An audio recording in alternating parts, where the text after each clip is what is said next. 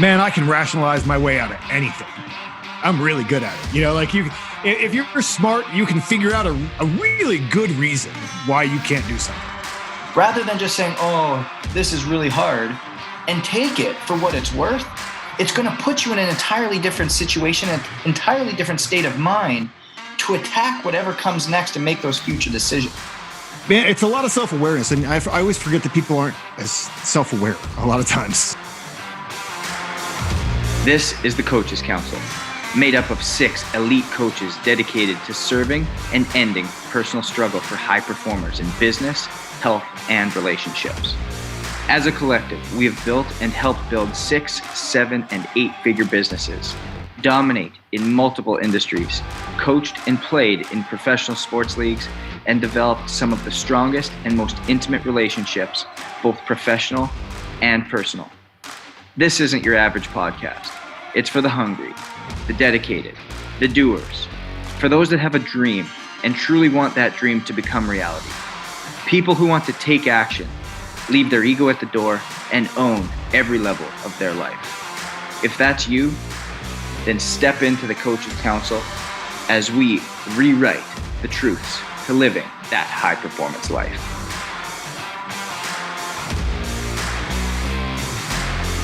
Welcome back to another week of the Coaches Council. Pradeep, great to see you as always. Snowing in Toronto, I hear. Yeah, lovely weather, man. I hear you. It's a little south of the border here in New York City. It's if it was a little bit colder, it'd be snowing, but it poured rain for the last, call it 48 hours. So, but we're not here to talk about the weather. We've got the man who does a bunch of writing himself, and it's Jack Donovan. If you haven't read any of his work, The Way of Man, A More Complete Beast, you name it. I don't know. How many books do you have, Jack? Well, altogether, I mean, there's a lot, but you got the main 3 that you want to send people to, so that's good.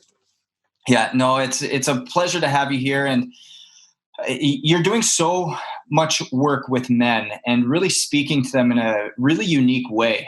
And what I want to talk about today is, a lot of times with men, we hear excuses or we hear the obstacles or complaining as to why you can't, for lack of a word, man up or level up and accomplish things that you need to do for both your business, your family, your spouse, your kids.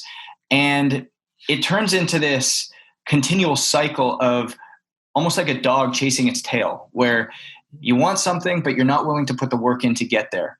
And can you talk to it a little bit? I've watched so many of your videos that talk to this, and it just spoke to me so much. But kind of talk to it a little bit about what it takes to be able to step up and truly be that man that is able to create the change that fosters the results that we're truly looking for. Well, I think all of that is a normal part of the process. It's not like it's part of the decision-making process, right? You have to weigh all your pros and cons. And it is a little bit easy. And especially, there's kind of a sad sack guy who's going to complain about everything just because it's easy.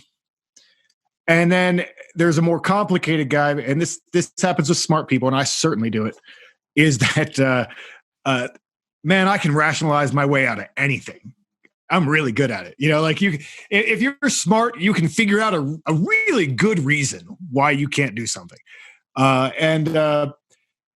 At the end of the day, you have to have a talk with yourself. And I can give you an example from my personal life. I just moved to Utah, and where I was, there wasn't a lot of opportunity in Oregon at the specific place that I was. And I've been like, I have this house here. It's comfortable. Everything's nice, whatever. I knew that I need to do this to grow my career and whatever. I need more contacts and everything like that.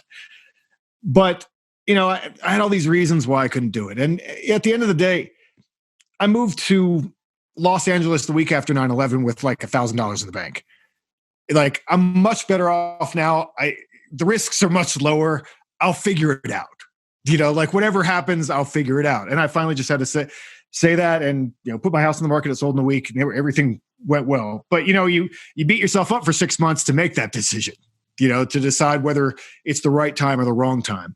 And some people are better on jumping on decisions than others, but it's good to be cautious and weigh things back and forth. But I mean, ultimately, life is short, right? You have to figure out what you actually want and realize that you're responsible for all the things that you could have done. If you didn't take that choice, you don't want to say years later, well, I wish I wouldn't have stayed in that town where I barely knew anyone for 10 years, because I could have been here doing this or that and the other thing, and I could have had so many more things happening. And so you have to think about that, because it is really easy to take the safe route. And, but obviously that's not going to get you anywhere. Everything that's probably going to get you somewhere is a little bit uncomfortable. And you kind of have to, I guess, lean into that. I hate saying that because I know who came up with it, but you have to head in that direction. What's the catalyst that quite often creates that movement for people? Because it's so easy, like you say, to stay where it's easier, stay where it's comfortable, stay where it's warm, and not push yourself to that level of getting to that certain discomfort. But what is that catalyst that people can look for, that people can reach to, or maybe even start to initiate? Man, it's a lot of self-awareness. And I always forget that people aren't as self-aware a lot of times. It's amazing.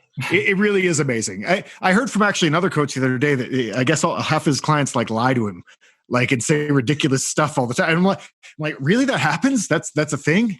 But because I can't really imagine doing that. Again, the catalyst has to be what you want for your life, and realizing that there's a sense of urgency. There's a sense of urgency about your life and about the things that you want, and they're not going to be there forever, and your opportunities aren't going to be there forever.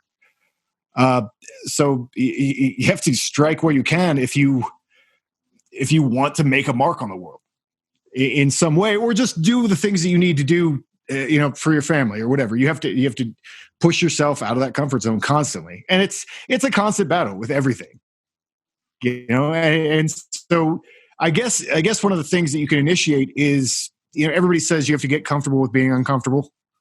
That's kind of the thing that gets tossed around a lot. And it's true. Obviously if you are putting yourself in situations that are dangerous in some way, or which make you uncomfortable, but that are probably good for you. If you do it all the time, you're going to be more likely to do it. You're going to be more comfortable taking those kind of risks, because you'll know that you're oh, hey, I did that and I was okay.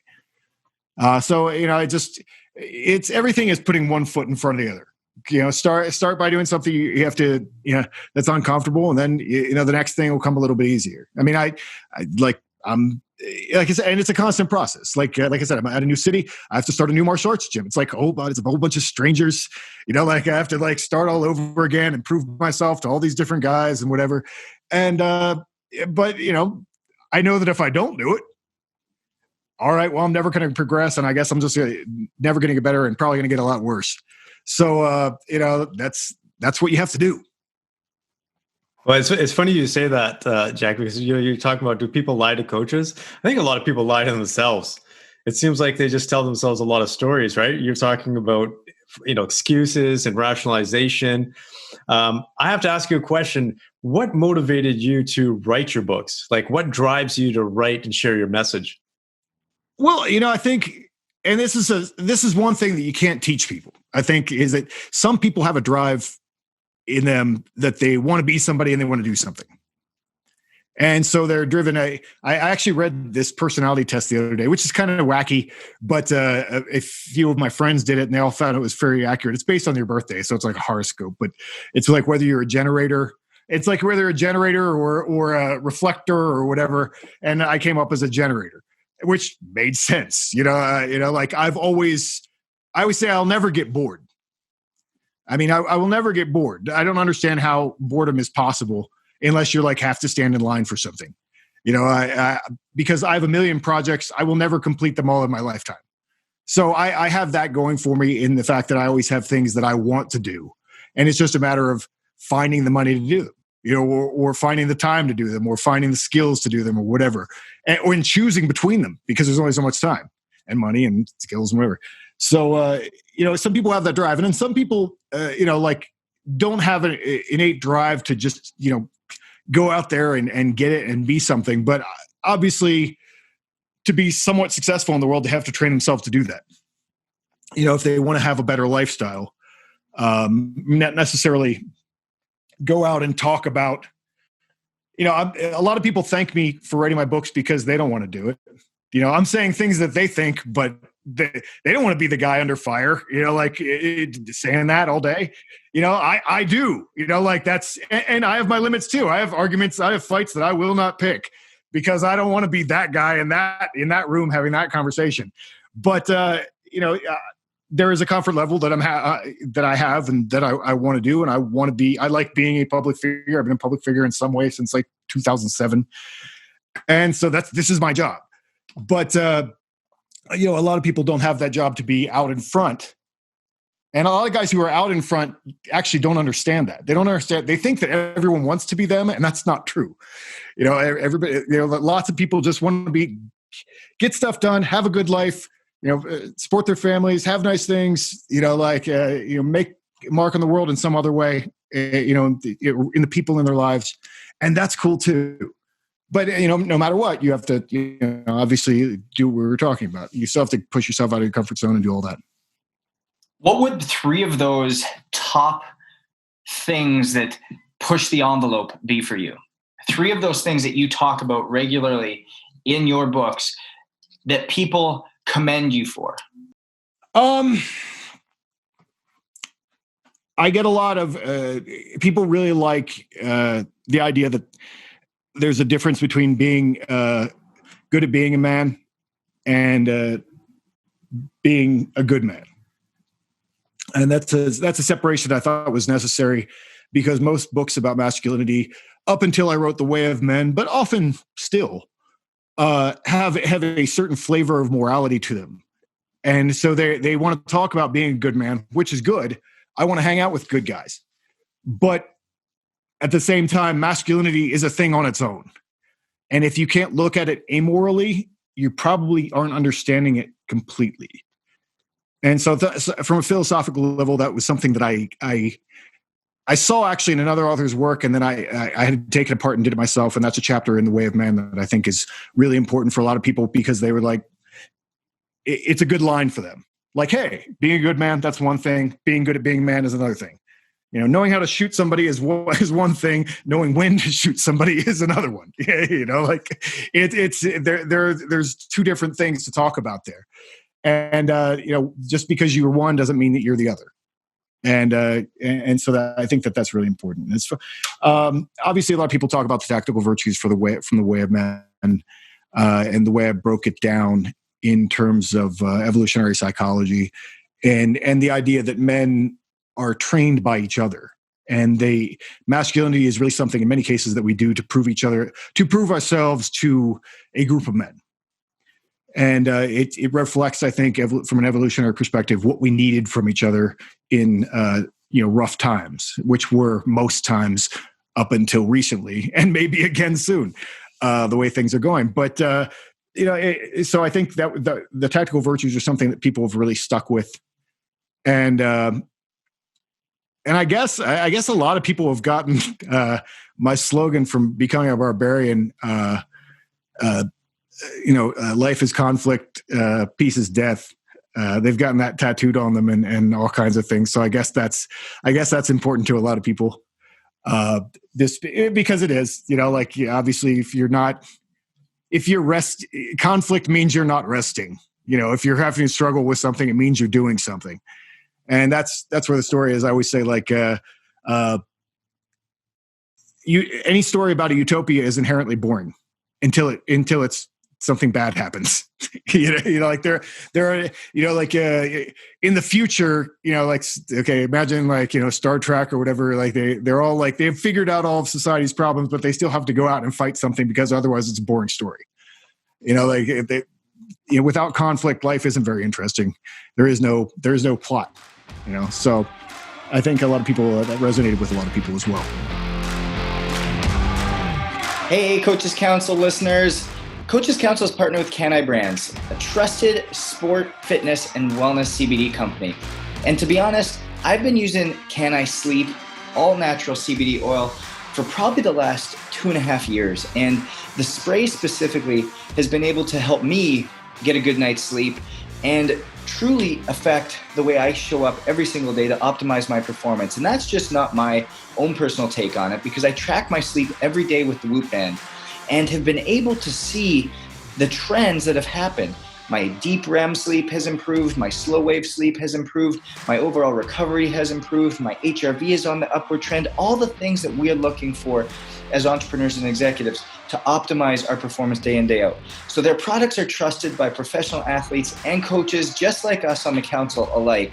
So be sure to check out their website at canibrands.com. That's CANIBRANDS.com, and use the code COACHES20 for 20% off all products just like Can I Sleep and other CBD solutions to help with pain, inflammation, energy, mental focus, and anxiety. Now back to the show.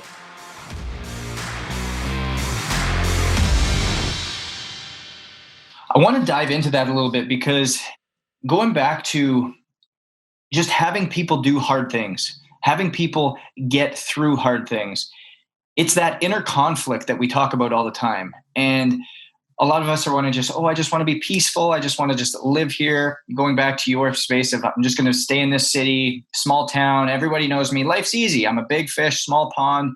I can have anything I want whenever I want.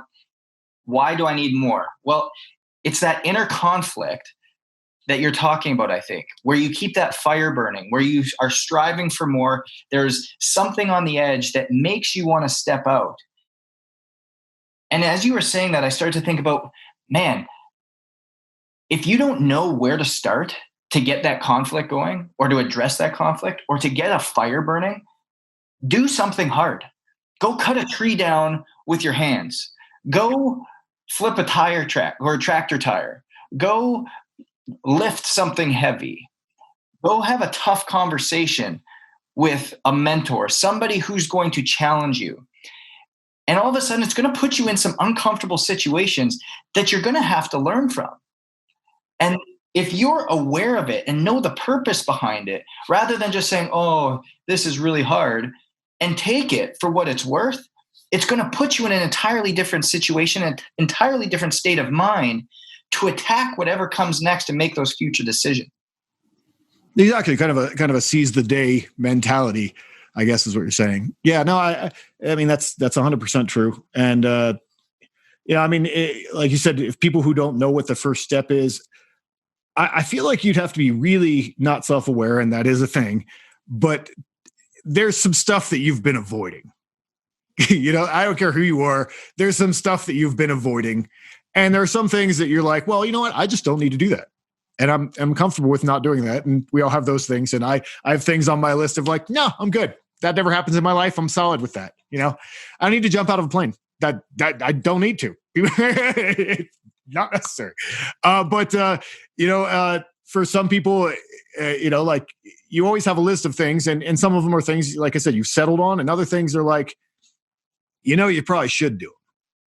And I think that's a lot of what coaching is. I think actually is that from what I've heard from other people, a lot of times when you're giving people advice, you're telling them what they already know. You already know probably what you should be doing, but you want some confirmation about it. And I look for that in my friends as well. Like there's, you kind of know what you've been avoiding. You kind of know what here's 2 or 3 choices that I probably could make, but I'm kind of scared of them. And those are the ones, seize the day, as you were saying, grab those. Yeah, I think you just kind of nailed you hit the head on the nail on that one, because even in the coaching space, what a lot of people are looking for is permission. And it's funny, and Jack, maybe you find that with the people that you come across, do you find that even as guys, as independent or as tough as they seem to be, that they still need permission, that there's still something that they're seeking? Yeah. I mean, I don't coach people specifically. I just run into people and talk to guys. But yeah, I mean, we all, there's a little validation. Like, do you think I'd be good at that? People want to know, like, do you think I could do that? Yeah, like, am I fooling myself? We all want a little bit of feedback. You're like, this seems like a good idea, right? This isn't like just totally ridiculous, And and a lot of times, yeah, I mean, I'm looking for permission from people too. I mean, I've talked to one of the coaches I was thinking of. I was at a conference recently, and he's telling me like, "Oh, I could flip you these clients or whatever." Like they know who you are and they think you're awesome. And I'm like, I don't know if I could do that. I don't know. Do you think I could do that? Like I think we all do that a little bit. So. Yeah, I hear you on that one. I find that quite a bit. I think even for myself, sometimes I question myself. I'm like, and then someone, affirms it or confirms it. I'm like, oh, okay, then I'll actually move forward. So I think that's a big piece in a lot of people's lives. For you, I'm actually curious. So like, what's your next step? Like, what's the next big challenge that you're taking on that you have in mind right now? Well, I mean, all the physical stuff is old stuff that I'm just, that's the other thing is after you get the first, you do physical stuff and then you've already done it, but you have to keep doing it or you just turn into a pile of garbage. Right. So, it's not like I've never squatted 405, but it's been a while. So I'm working on that right now, so I need to go back through that process, because to build some more muscle, but, in a much bigger sense, I have a new book that I've been working on for a year or so. I was trying to make myself work on it this morning, but also posting Instagram stories and wasting all kind of time because that's basically my writing process. And and so I'm working on that, and it'll come out this year. And like a jump that I'm thinking about this morning, this is what I was going through. I'm like, I really want an office space. I hate working at home. I hate it. I'm like, I could rent an office space. It's a big overhead. Like that's an extra house payment, really, but I could do it, and then I could have a place where I could have people meet and I play a better place to film and all kinds of stuff like that. So that's a big thing I'm kicking around. And the new book that's coming out is really its own philosophy of life, and almost, I don't want to say a new religion because it's not meant in a religious way, although you could take it in that direction. And I probably will. I'll probably do some ritual things because I do that kind of thing. But it could be taken as on an intellectual level or beyond that, and that's a whole big project to roll out. Really, like to get this out and to make people connect with it. And to see what I'm saying, because I think I have something good, or I wouldn't be writing a book, right? I think I have something good that no one else is saying quite the way I'm going to say it. And so then there's this huge project of getting that out into people's heads and then managing that. Like if it's out into people's heads and then they want to have events and then I have to figure out how to do events and I have to do create all this content to it's this big thing, that's out there and it's exciting, but also, yeah, I mean, it's a, something that's sitting out there waiting for me to finish this book. So who knows, maybe I'm procrastinating, but it'll get done by the end of the year for sure. What does your day consist of to show up like you do every single day? Right now, I mean, I think, in moving recently, because I'm sitting here in my garage with a whole bunch of boxes. And I'm not supposed to tell you that because I'm in my library with many leather-bound I was books. just about to say, that is a background and a half with boxes. I love it. I suck at this illusion. But I just didn't have space for my bookcase in my house. But so, I was thinking a lot about, well, what is home? As you move and you get settled in a new place, I'm like, well, I need a routine again. So I feel like things are normal and get back to like some kind of routine. And so I'm like, finding the gym that I'm going to go to and finding, the several gyms I'm going to go to, really. I mean, that's kind of a big part of my life. So, I mean, as things roll out, I mean, I've started at this one powerlifting gym where I know a lot of people and have made a whole bunch of contacts already that I couldn't have made in my small town, which is exactly why I moved here. I've walked in and gotten recognized there already. I mean, like that's why I'm here. And then this other gym, the martial arts gym, I start there on Monday. And so that'll become the process. And then there's this other gym with some friends of mine who are really intellectual. It's like there's like art photography on the walls, and then it's kind of a gym sometimes. It's kind of a high level thing. And so I've gone there a couple times and had long conversations with those guys and whatever. And so a lot of my days, obviously, I want to get some writing done in the morning because I'm a morning writer. The people that can drink and then write at like 2 a.m, I don't know how to do that. That's not. I have to get up early while my mind's kind of weird, and then start writing, and then usually I'm done by about 2. And then the rest of the day is usually either dealing with things like this, because this is my job. They doing kind of appearances and calling into things and whatever. I mean, because that's what promotes my work. So that's a lot of my work. So whenever I do something like this, this is what I consider part of my work. And then going to the gym and making contacts, and then doing photography. Obviously for Instagram and all that kind of stuff, and designing things. I do a lot of stuff. I do a lot of weird, different stuff because I kind of do I can do everything. So it's a lot of everything. But that's one of my challenges. I think as I get further along this game, is I probably need a business partner, and I probably need to outsource more things. Like, well, I could redesign that website, so maybe I will. I'll edit that video, so maybe I will. And that's probably not always the best use of my time. So, but we always have to, like I said, you figure out this stuff. It never ends. As the challenges get bigger, you have new things to figure out, and new things to overcome. You're playing your game. Nobody else can win Jack's game like Jack can win Jack's game. I wouldn't even know how to tell him to do it. I love it. Sneak peek into the book that's coming out. What's one thing that you are super excited about that's going to excite the audience? Well, I came up with names for 3 new gods, so I guess there's that. You can't create a new religion? Hold my beer. But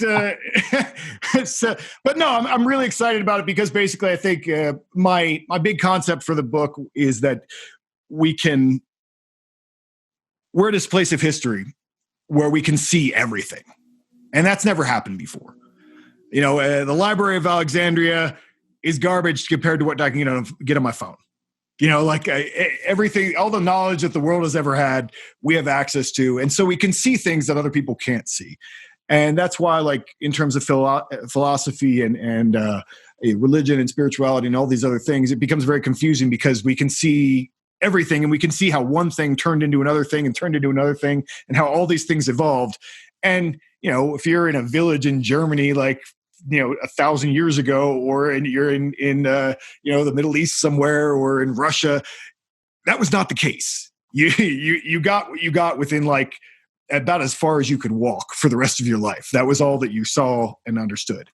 So we can see everything. And so our approach to spirituality and ideas, and I focus specifically on male spirituality and philosophy, because that's what I write about. And so our approach to those things has to be different, and has to take all of that into account. So a lot of what I've done has combined all these things, like there's all these father figures in the sky. Like, they're all kind of the same. Let's talk about them as like they're the same guy, because it's just a whole bunch of people with different names for the same thing. And the same thing, like, there's this warrior.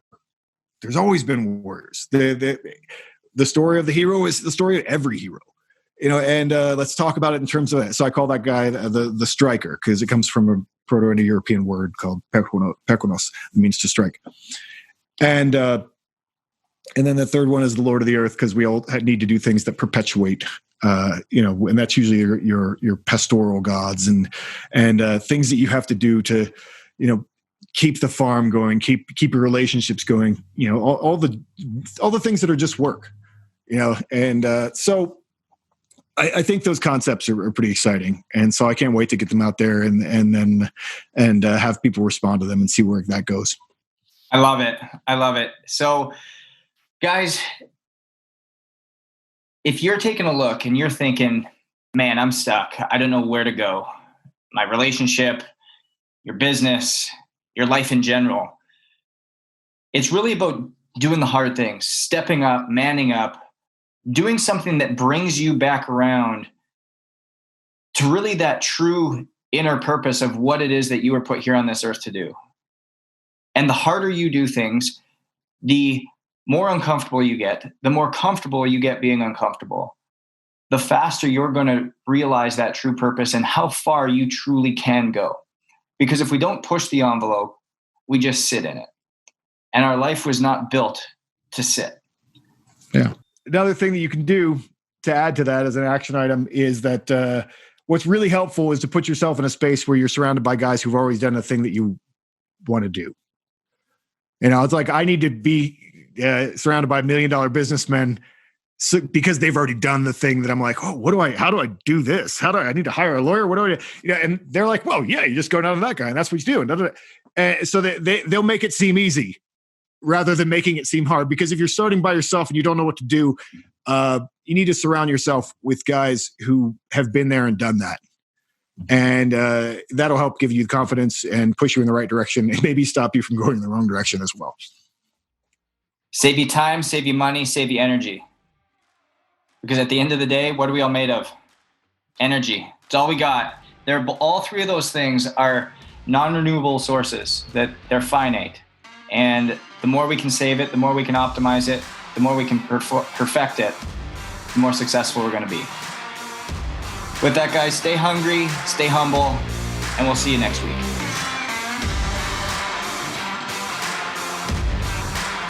Thank you so much for joining us for another week of the Coaches Council.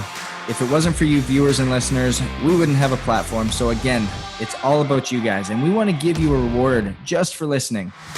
We want to give you access to each one of our coaches for a little bit deeper, intimate experience. So if you go to coaches-council.com, coaches-council.com, subscribe and like to whatever platform you're viewing on, you're going to be entered to have that one-on-one experience.